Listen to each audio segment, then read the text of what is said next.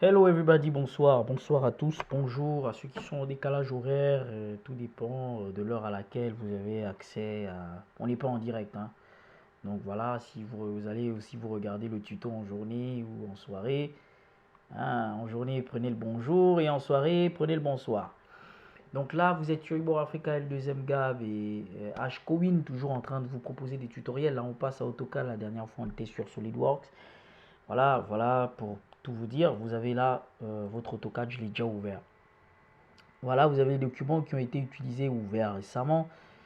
Ils sont disposés ainsi. Vous avez les notifications, vous avez tout ce qui est connexion. Donc vous avez votre ruban qui est juste au-dessus. Et là, vous avez pour commencer un nouveau projet, commencer dessin. Vous cliquez dessus pour commencer un nouveau dessin. On va attendre qu'il s'ouvre. Voilà, donc là, vous avez votre planche de dessin ou votre ardoise de dessin avec des traits. Libre à vous de retirer ces traits et de choisir. Voilà, vous pouvez cliquer ici, les traits sont partis et ils reviennent. Vous avez aussi le choix de faire ça pour avoir des traits obliques ou pas. Tout dépend du trait que vous allez choisir par ici. Voilà, bon, moi ça me dérange pas. Je dessine dans toutes, voilà, euh, avec n'importe quelle planche. Donc là, très bien, qu'est-ce que je peux faire pour vous là? Très bien, nous allons parler d'AutoCAD. AutoCAD, c'est un logiciel de conception assisté par ordinateur. D'accord? Conception assistée par ordinateur qui a de la géométrie 3D, la géométrie 2D que vous allez trouver les éléments essentiels pour les faces, les arêtes, les surfaces sur votre ruban et vos options qui vous permettront justement de faire euh, vos dessins. Si vous êtes un professionnel du bâtiment, donc de la construction dans le domaine du bâtiment, AutoCAD est fait pour vous. Il y a le BIMS aussi, hein, mais commencez par AutoCAD, c'est fait pour vous. Si vous êtes voilà, un ingénieur et que vous voulez faire d'autres conceptions quelconques, donc AutoCAD aussi est fait pour vous. Donc moi, je vais commencer par ici. Très bien, nous allons venir à utilitaire de dessin. J'improvise toujours. Utilitaire de dessin, on clique ici. Bon, qu'est-ce qu'on va faire? Donc là, on a millimètre. Donc échelle d'insertion, autant pour moi, unité de mise à l'échelle, d'accord, du contenu inséré. Donc millimètre, moi je vais choisir centimètre, d'accord. Très bien, je mets OK. C'est super. Ah, dans l'impro, qu'est-ce que je peux faire? Je prends une ligne, on va commencer par le commencement. Voilà, j'essaye de tracer une droite horizontale, d'accord. Très bien. Là, voilà, vous avez constaté, AutoCAD gère les angles. Ah bah voilà, c'est génial. Je voulais improviser, mais donc j'ai de quoi vous expliquer. AutoCAD gère les angles. Vous avez 55 degrés, vous avez 40, 31, 32. Voilà, ces angles sont par rapport à l'horizontale, d'accord. Regardez très bien, c'est par rapport à l'horizontale. Très bien. Donc, si vous voulez avoir une droite bien droite, bien horizontale, il faut qu'elle soit 0 degré par rapport à l'horizontale. Donc là, je regarde, je suis bien à 0 degré par rapport à l'horizontale. Alors, je veux une droite de quelle distance? En bleu, c'est la distance. Vous voyez, elle varie. Elle varie, elle varie, elle varie, elle varie, elle varie. Je suis bien à 0 degré par rapport à l'horizontale. Je veux une distance, par exemple, de 1000 cm. D'accord? 1000 cm. Je valide OK, j'ai mes 1000 cm. D'accord? Je vais faire un rectangle. D'accord? Bon, je vais prendre la moitié, donc 500 cm. Mais il faut qu'elle soit, il faut que je sois perpendiculaire à l'horizontale. Donc là, je regarde bien, regardez, j'ai 90 degrés. Vous voyez? Vous voyez? Là, je regarde, j'ai 90 degrés par rapport à l'horizontale. Là où c'est bleu, j'ai pas encore cliqué. Je tape juste 500. J'appuie sur Entrée. Voilà, j'ai encore une autre suggestion de droite pour faire la suite. La suite, je sais très bien que je suis à 1000, mais il faut que je sois vraiment horizontal, donc il faut que je sois à 180 degrés. Vraiment, il faut que je sois à 180 degrés par rapport. Voilà, il faut vraiment que je sois à 180 degrés. Si je baisse légèrement, je suis plus à 180 degrés, je suis à 178 degrés. Là, je suis à 180 degrés, c'est génial. Donc, je vais cliquer 1000 cm. Ok, c'est génial. Donc là, je n'ai qu'à chercher l'extrémité et cliquer sur l'extrémité. Regardez, j'ai 500, les 500 que j'avais choisi, je clique.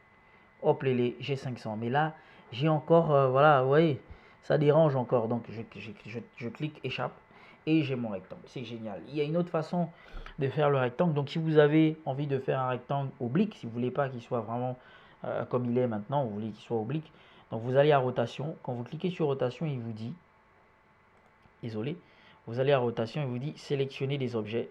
Vous allez cliquer par ici. Logiquement, voilà. sélectionner les objets. J'ai sélectionné celui-là. Je vais faire d'abord échappe, d'accord? Donc avant de cliquer sur rotation, autant pour moi, j'aurais dû vous montrer ça. C'est pourquoi il a dit sélectionner les objets. Je vais sélectionner les faces, d'accord? Je vais sélectionner, je vais dire les côtés de mon rectangle. Donc je clique sur rotation, c'est génial. Regardez, c'est plus comme tout à l'heure, il me dit spécifier le point de base. Donc je spécifie quel point de base. Je spécifie celui-là ou celui-là. Bon, on va spécifier celui-là. Génial, regardez ce qui se passe. Hop, je peux avoir une rotation de mon rectangle et je peux l'avoir oblique. J'oublie que je vais le mettre un peu à l'envers. Tout est à l'envers chez moi, je suis super embrouillé, donc je vais le faire à mon image. Clac, et j'ai un rectangle oblique. Voilà, donc vous avez une autre façon de le faire. On est encore dans les débuts, je vais aller très vite. Vous avez une autre façon de faire votre rectangle oblique. Donc vous pouvez prendre une droite comme ça. J'ai cliqué ici avant tout. Je fais ça. D'accord. Je clique comme ça. Ok, je valide et je clique sur échappe.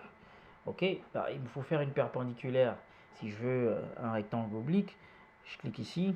Donc avant d'aller pointer, je tape pair au niveau de là où je dois normalement mettre la distance. Je tape PER, qui veut dire perpendiculaire. Il me dit spécifier le point. Donc je viens par ici. Je tape PER, je valide d'abord. Ensuite je viens spécifier le point. Je clique sur ma droite. Je clique sur ma droite. Je sélectionne ma droite et voilà.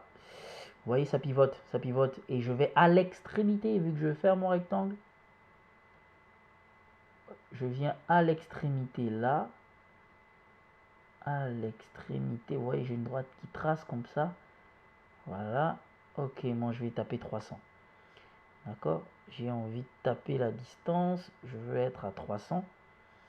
Par là. Je vais taper, j'ai envie de mettre 300. Ok, très bien. Je clique entrée, j'ai 300. D'accord, je suis par ici. Le problème, c'est que là, je ne connais pas la distance de départ. Donc, je ne connais pas ma longueur. J'ai cliqué, j'ai fait une droite par hasard sans vérifier la longueur. Je peux faire échappe, cliquer sur ma droite et regarder ensuite les options qui s'affichent pour voir la longueur. Mais j'ai aussi une autre façon de faire, c'est que je viens par ici. Je cherche l'extrémité. Je cherche l'extrémité. Je n'ai pas encore trouvé l'extrémité. J'ai l'extrémité. Cherchons l'extrémité. J'ai l'extrémité. Oh là là là là, ça passait. Regardez, je cherche l'extrémité. Je suis un peu maladroit avec vous. C'est sûr que ça ira très rapidement. Voilà. Voilà. Oh là là. Voilà. Voilà. Voilà. J'ai mon extrémité. Vous avez remarqué la droite verte là. Elle s'affiche. Il faut vraiment que je sois droit. Voilà. Il faut que je sois droit parce que je veux un angle droit. Voilà. Très bien. Vous voyez, j'ai 808. Donc 808.111, c'est la longueur de ma... C'est ma longueur. C'est ma longueur. Donc je peux avoir la distance comme ça. Et donc je clique comme ça. Très bien. Et là, simplement, je reviens par ici. Et pour cliquer sur voilà l'extrémité, comme d'hab, j'ai 301. Au départ, j'avais 300. Donc là, on voit que je ne suis pas perpendiculaire. Mais il faut être vraiment... il faut être vraiment subtil, c'est-à-dire quand vous allez faire cette méthode, vous venez par ici, assurez-vous d'avoir vraiment la bonne mesure.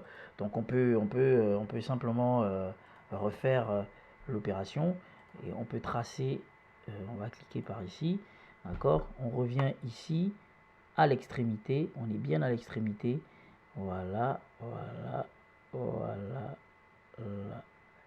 On est bien perpendiculaire là, ok, et là, et là, et là, je dois avoir 300. C'est super, j'ai 300. Je clique. Et là, je fais échappe. J'ai mon rectangle. Donc, j'ai 300 ici, j'ai 300 ici. Et là, j'ai les 808 à peu près qui sont là. C'est super génial. Donc, vous avez cette manière aussi de faire vos... voilà. Moi, je vais vous laisser pour aujourd'hui. Et on viendra la prochaine fois. L'idée, c'est pas de vous bourrer de longs tutoriels sur AutoCAD. Mais c'est de vous montrer déjà l'essentiel. Et puis, ben, écoutez, vous allez suivre avec moi dans le temps. Vous allez certainement devenir de super bons gars avec AutoCAD et j'espère que je vais vous être très utile. Donc, je lance une dédicace au Ubor Africa, Côte d'Ivoire et L2M Tunis. Et je vous fais un gros coucou. Je vous dis bye bye au prochain tutoriel sur Freezing ou Excel. Au revoir.